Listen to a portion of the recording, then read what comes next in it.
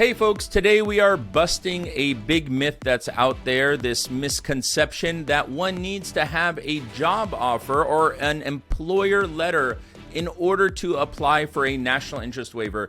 That could not be further from the truth. It is a myth. You do not need a U.S. employer on board in order to qualify for the national interest waiver. The national interest waiver is a second category employment-based petition that is seeking a waiver of the permanent labor certification. Let me explain what that means.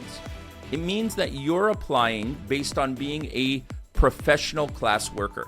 Now, the classification of a professional class worker can be made either through demonstrating that you have an advanced degree or that you have exceptional ability.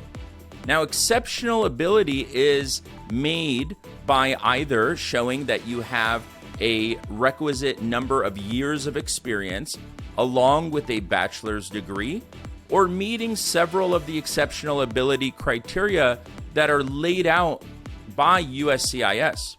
Now, in order to qualify for the waiver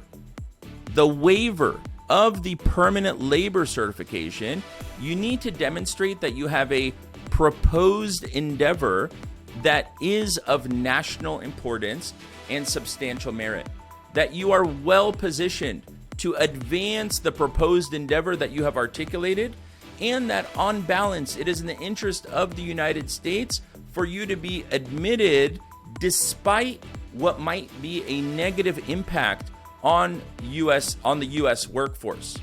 And why would there be a negative impact on the U.S. workforce? Because we are waiving that requirement of having a job offer that is pre-approved by the Department of Labor. So one who is seeking a national interest waiver in the EB2 category does not need their employer involved in the process, because there is no role for the Department of Labor in determining the qualification of you in terms of your salary and job requirements being appropriate for the EB2 classification.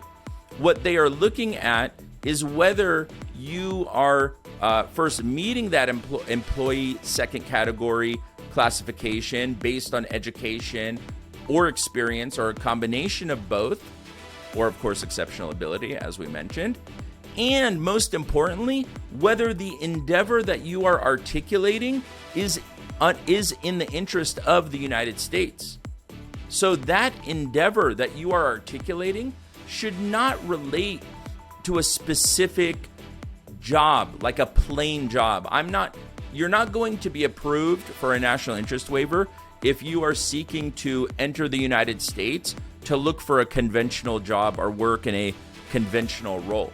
You need to articulate a proposed endeavor that is advanced and that meets the requirements of national importance, or the areas that are covered under the Danisar case. And if you look at the Danisar case, you're going to find that the national interest component can be satisfied by one who is an entrepreneur, for example. Now, obviously, an entrepreneur is not going to have a job offer letter or an employment letter. So they are starting a business for themselves. So there is, at the end of the day, absolutely no requirement whatsoever that one have a job offer or an employer letter in order to apply for the employment-based national interest waiver case. I hope that you agree that today we have once and for all busted this myth.